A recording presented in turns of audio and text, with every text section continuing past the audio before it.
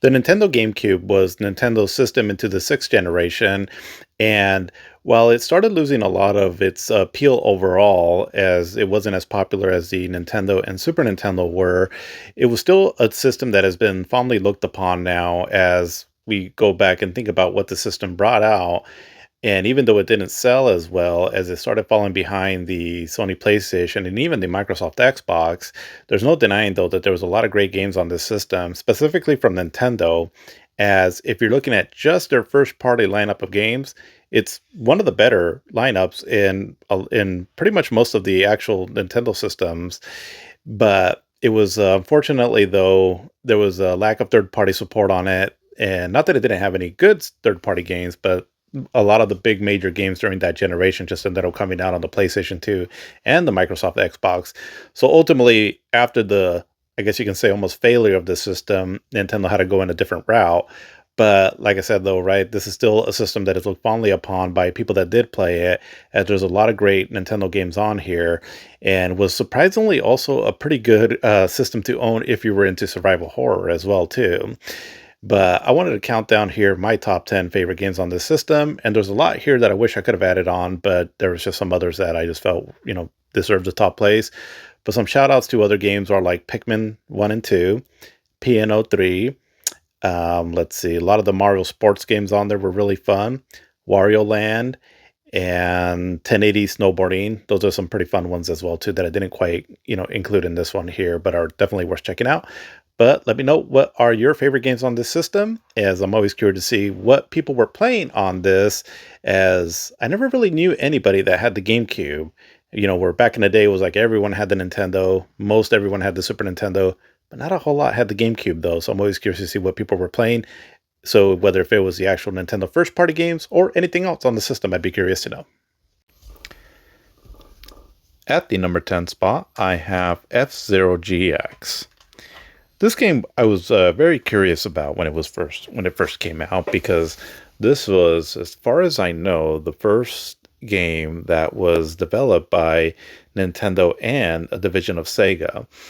And so what we got was a game that feels very much like F-Zero. It's more along the lines of like the Nintendo 64 one. It's very fast, a lot of other racers on the tracks, and has all the crazy like cyberpunk sort of futuristic courses on it. But yeah, just incredibly fast and very challenging though as well too.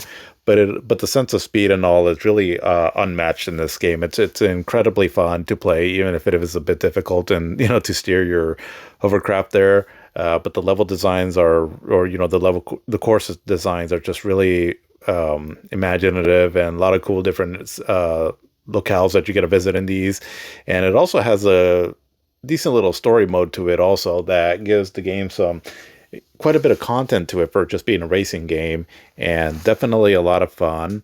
And one of the honestly, just as a showpiece of a game, it's really one of the more impressive ones of this generation. I mean, it's at the time it was running like at 480p widescreen support and all, and just really an incredible looking game and a lot of fun, and definitely showed the experience that Sega had in making racing games along with Nintendo's IP, and just made for just a really fun racing game in this generation. A lot of fun to play through this game.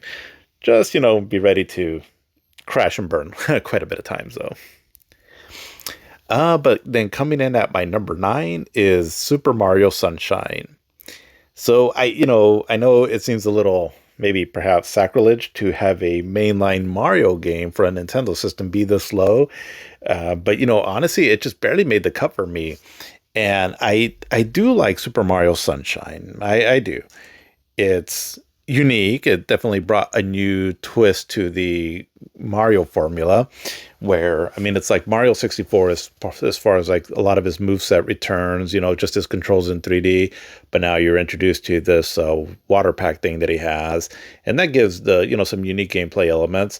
But what it comes down to, though, ultimately is it's a bit, it's challenging, and it's that kind of frustrating challenge though.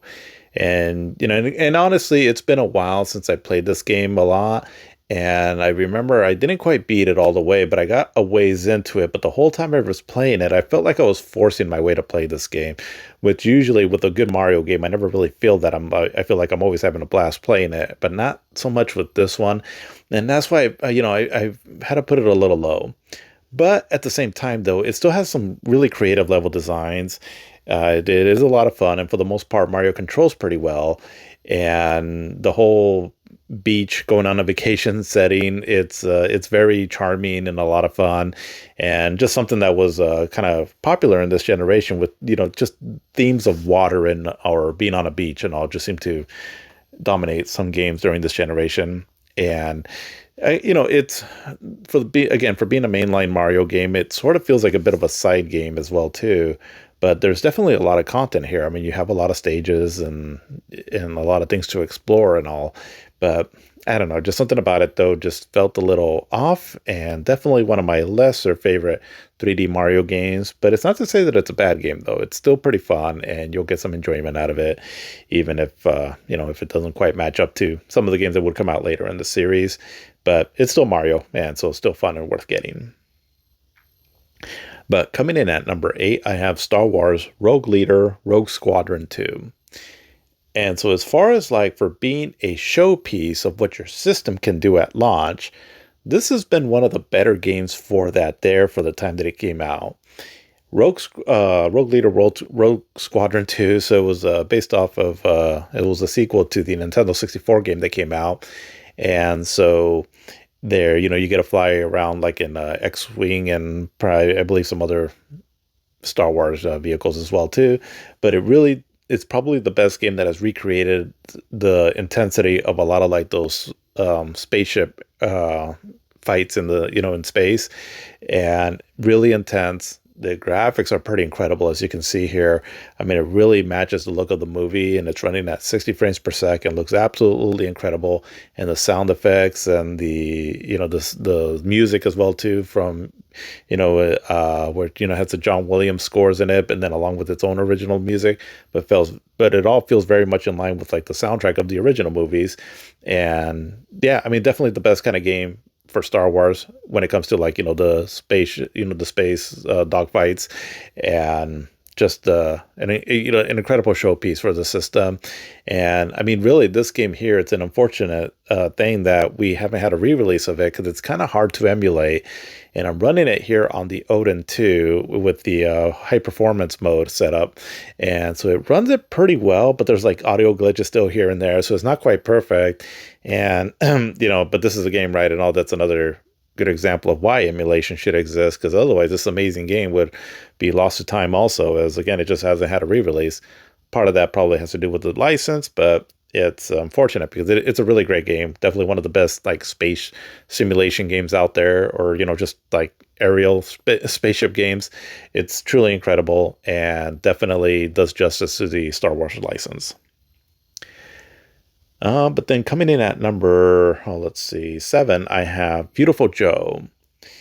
And, during this generation and, the sixth generation, one thing that, while it's probably my favorite, I'd have to really think about that. I go back and forth a bit with another one. But one thing that was a bit lacking in this generation, though, was 2D style games. Now, if you count the Game Boy Advance, which you definitely should, it definitely had a lot of cool 2D games on there.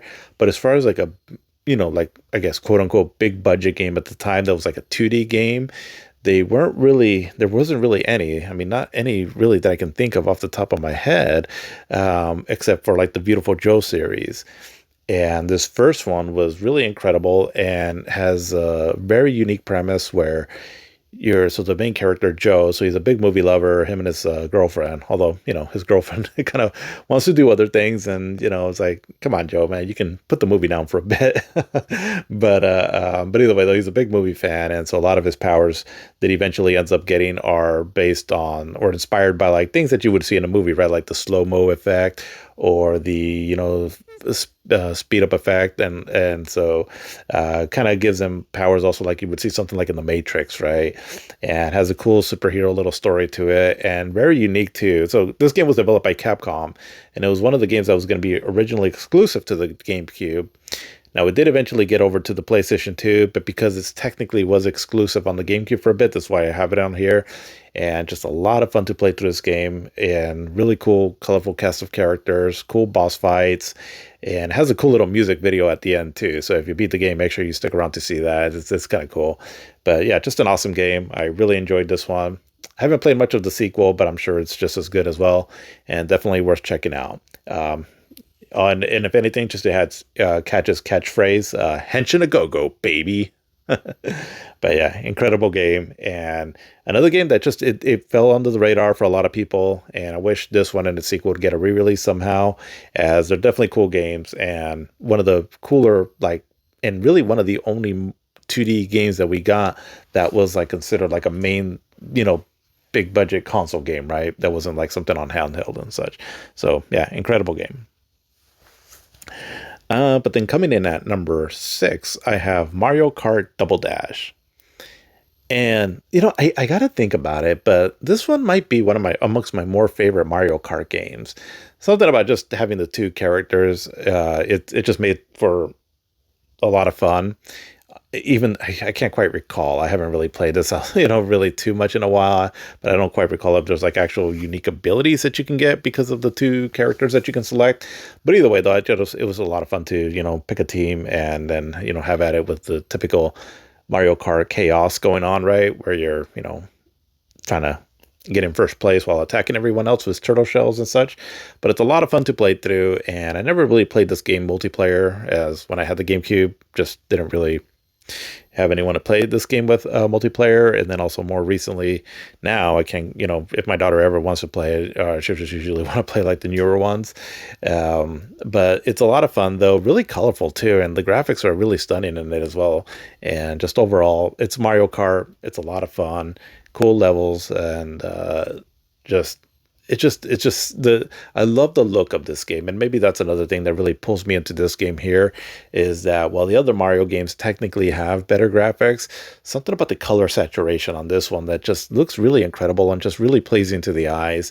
Runs at a smooth 60 frames per second, and it's just a lot of fun. And I don't know, I have to think about it. Maybe this might be, if it's not my favorite Mario Kart game, I would still say that it's probably one of the more underappreciated ones, because I don't hear a whole lot of people talking about this one.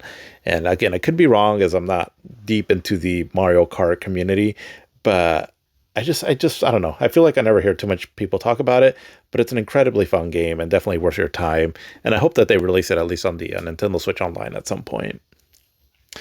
But speaking of game that should be available on this service is Eternal Darkness Sanity's Requiem. So I mentioned earlier that the GameCube was, if surprisingly good for like survival horror games. And so this is one of them there that I guess it's a horror game. I don't know if it's survival, but it's an incredible game and highly unique. And I wish that they would release this game again, because it's got a really great story, a really cool concept that has to do with the sanity meter. And if you've never played this game or heard about it or anything, I think enough time has passed that for the people that just didn't know. If you didn't know by now, then you just didn't know, right? And so I don't want to spoil anything for you. So I would say that anything that I'm going to talk about this game right now, and I'm just doing very early footage of this game, go into it blind, because it is really cool to play, like a blind playthrough, right? So you get to experience all the cool stuff in this game and how it does this genre in a different take. And it's really fun and cool. And just, again, I wish this game would get re-released again, but just another game that's been kind of lost to time, but it plays pretty good on emulation. So this is one that I'll definitely also suggest, to go that route if you're unable to get a physical copy, because I don't know. I think GameCube games are getting kind of pricey. So, if you wanted to go for the physical copy version, just kind of go into it knowing that it might be a bit pricey. But here's hoping, though, they still release it on the Nintendo Switch Online. But yeah, incredible game. And it's kind of funny little story on this one. So back in the day when I first rented this game, I had got the game, and then I went into, play it at home, and then, it didn't work. So I took it back to the rental store. And so I told the clerk up there, I was like, hey, I rented this game, but it didn't work. And so he looked at the back, and sure enough, I mean, the disc was just really scratched really bad. And he just kind of started laughing. I was like, oh, well, maybe that's why they call it Eternal Darkness, because you couldn't see anything. I was like, haha, funny. But I think maybe what kind of made it funny because he had an English accent, and so it almost sounded like maybe more condescending than it should have. But I thought it was still hilarious. So I was like, "All right, you're funny, dude. Give me a refund, man." But it's a really cool game though. I really enjoyed that game. Eternal Darkness, Sanity's Requiem, one of the better exclusives on the GameCube. But at number four, I have Luigi's Mansion. And so this is a launch title for the GameCube. And I personally think it's better than Super Mario Sunshine. So this is the one time that the lesser known brother came out on top. I love the concept of this game. It's again, it's not survival horror per se, but it is horror game to an extent, right? In that like something I'll joke with my daughter. It's like it's kid creepy, and just a charming game. It's a fun to play through during the Halloween season, especially because it's something I can play, with my kids around, and just a lot, the whole kind of ghost busting theme to it. It's really original for a Mario kind of, well, in the Mario universe kind of game. And Luigi makes for a pretty good protagonist, right? As he's definitely sells that he's, scared all the time, but he's in there, very courageous, trying to find his brother Mario. And yeah, this game is a lot of fun, and it has certain gameplay elements of like Resident Evil, where you're searching through rooms and trying to figure out puzzles, or I should say some of the puzzles is learning how to be able to capture some of these ghosts, as it's used to have some unique gameplay mechanics on how to do that, and so just makes it for a really fun game. And I'm glad this one did get released on the Nintendo Switch Online, and I'm curious to play the sequels as well too, as those seem to be a lot of fun too also. But yeah, Luigi's Mansion, it's a great time, and I would definitely say a must buy if you're exploring the GameCube library of games. And really nice graphics as well too. Also for just being a launch title, it showed that the GameCube was no slouch. It could do some really good graphics. And yeah, just an overall, just a lot of fun to play this game. Although the playing it with the original GameCube controller does help because of the notches around the analog stick. It kind of helps lock the analog stick in place as you're trying to pull back on it, as you're trying to suck in one of the ghosts into the vacuum, and where it doesn't quite feel as good like when you're playing with another controller, right, without those notches on there. So just, I wouldn't say buy the GameCube controller specifically for this game, like the one that you can get for the Nintendo Switch Online, but it wouldn't, if you were already planning to get it, it'll increase the experience of this game, or better the experience of this game, if you do happen to have that original GameCube controller. And so let's see, coming in at number 3 though, I have Resident Evil 4. And Resident Evil 4, at one point, it was exclusive to the GameCube. There was a lot of talk about leading up to the making of this game, right, that it was going to be on the GameCube only. And unfortunately, though, by the time it came out, because if I remember right, this game was delayed for a bit, and it kind of went through a revamp as well, too. But what I recall is that it was advertised that it was going to come out on the GameCube exclusively. But then, the GameCube, by the time it came out in 2005, the GameCube was not doing too well sales-wise. And so the PlayStation 2 was just killing it. So I'm sure Capcom was like, we got to go put this on the PlayStation 2. This game is just way too good to be stuck on a system that just isn't selling that well. And so sure enough, like shortly after this game came out in January of 2005, they announced that it was coming out on the PlayStation 2, which that version came out sometime, I believe, in November of that year. But regardless, though, since it was a GameCube exclusive, here it is. Well, at least it was exclusive at one point. And the game itself is absolutely amazing. It's one of the funnest Resident Evil games you'll ever play. Cool action, and although that seems a bit sacrilege because it is has its origins in survival horror. Well, the series does anyways, but still a really fun game. Leon is really, he really becomes a very likable protagonist in this one. And I think it was this game that really where people started considering him the best protagonist in the Resident Evil universe. And the level designs are so varied and a lot of fun. So many cool things to do in this game that I never get bored of this game. It's definitely the funnest Resident Evil game for me.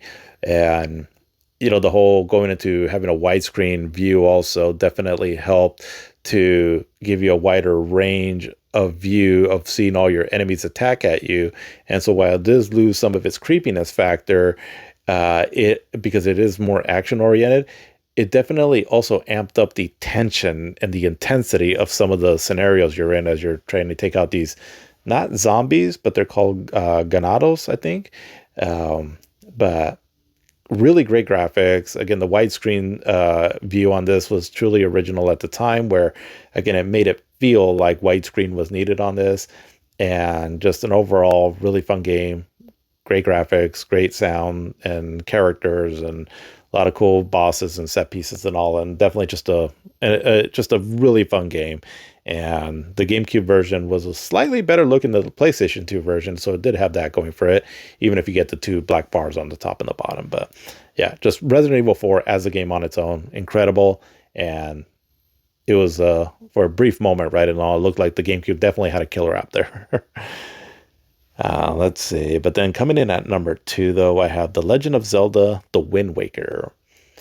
And so this game, for all the hate that it got at first, it almost all that hate almost seemed to go away immediately once people got their hands on it, because what they found was that this game is incredibly fun, really engaging, with a lot of cool islands to explore, and just, amazing dungeon designs and bosses that was definitely on par with what Ocarina of Time was doing, only in these really silky smooth looking graphics. And even though the character designs looked a bit kiddie like play school, it's still a lot of fun, and it has a lot of charm to it also once you actually start playing the game.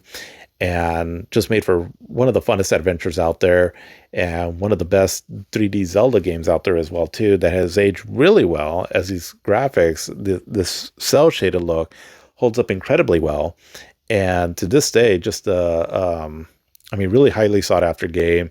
And so they finally put it on the Nintendo Switch Online, so it's a decent version to play there. And yeah, overall, so much good things that can be said about this game.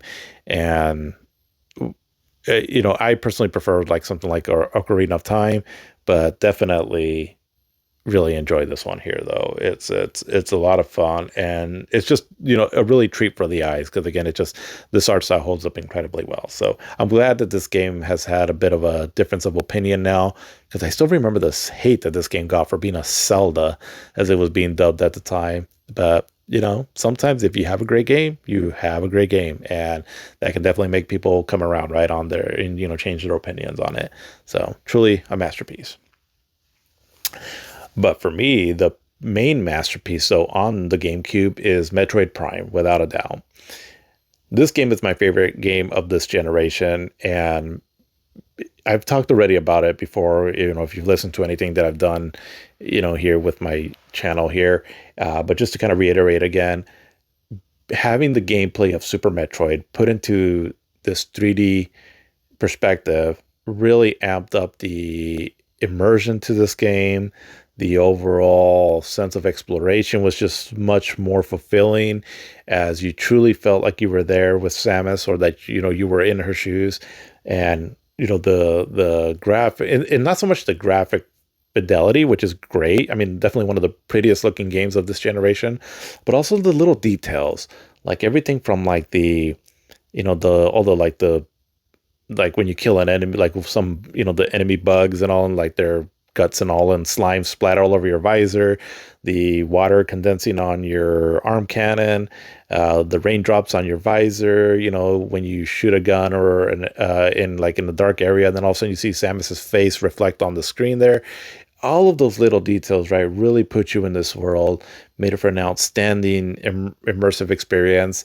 And the level designs and how everything connects together, it's just truly one of the best Metroidvania maps of all time. And you get some really cool, rewarding power-ups that really are meaningful as far as your progression in the game. Incredible bosses, amazing music. There's not a whole lot I can fault with this game. The only thing I would say is just probably that the control scheme, didn't quite hold up that well, because eventually we got used to dual analog controls, right, on first person shooters. But it didn't bug me too much at the time, because it's a person perspective game, but not so much a shooter, right? Like in the traditional sense, like you would think like something like Doom or Halo or all. So I didn't mind the controls that much though. But once we did get twin stick controls in later versions, then yeah, I mean that's definitely an improvement. But even then though, right, everything about this game is just pretty much almost perfect. It's my fourth favorite game of all time.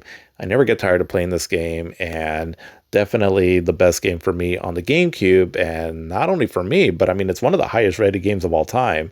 It's just that good. Everything about this game just, screams that these developers were at the top of their game and they really understood level design mechanics and how to make exploration rewarding, that it makes this game just such a masterpiece to get lost in, and all the lore in the game too. Also, that you can choose to participate or not. It definitely made it feel like it was your adventure, right? As you're making the story along as you go with what you choose to explore and read up on the lore and whatnot, and just truly an incredible game. And Metroid Prime, definitely one of the all-time greatest, and definitely the greatest on the GameCube. But that's what I got for this system here. There's some other games I really wanted to include. There was like Resident Evil, the remake, that I wanted to include. But that game, while it's very much almost like a different game than the original remake, it's not quite an original one though game.